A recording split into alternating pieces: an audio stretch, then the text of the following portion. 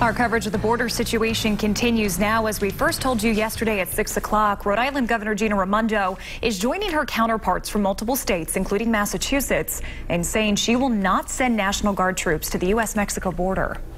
And with more in-depth coverage right now, we're joined by Eyewitness News analyst Lieutenant General Reginald Centracchio.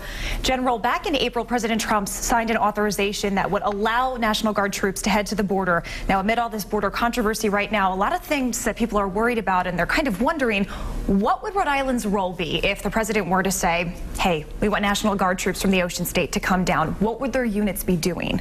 It's necessary to understand the organization of the National Guard.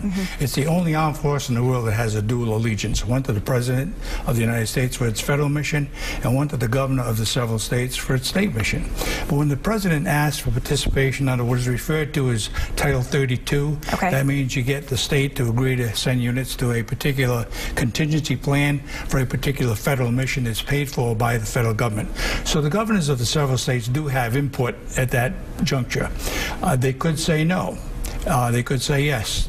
But to say no, you have to basically give them a reason in order for them to be recognized federally to continue to receive federal money for their federal mission in order to be called upon if they're needed. So there is some consequence if a governor says no. Now, speaking of that, Governor Charlie Baker, he originally had said yes, and then I believe it was yesterday he came back and said no, he would not be sending a National Guard helicopter down to the border. Governor Raimondo came out, and although Rhode Island has not been asked to send any National Guard troops, she said she wouldn't if she were to be asked.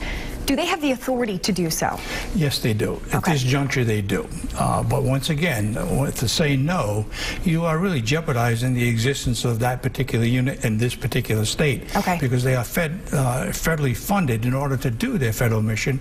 And without that funding, those units would cease to exist, or they'd go to another state to be able to do that same federal mission. So the consequences are there, and I think we need to be aware of that.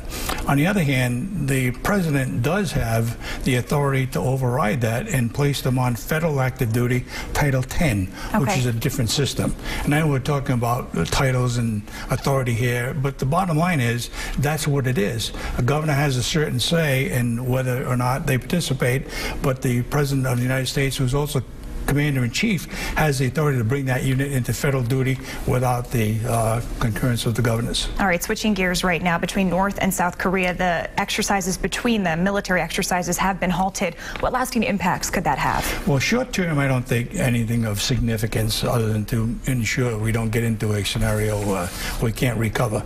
Long term, perhaps it would have more significant consequences.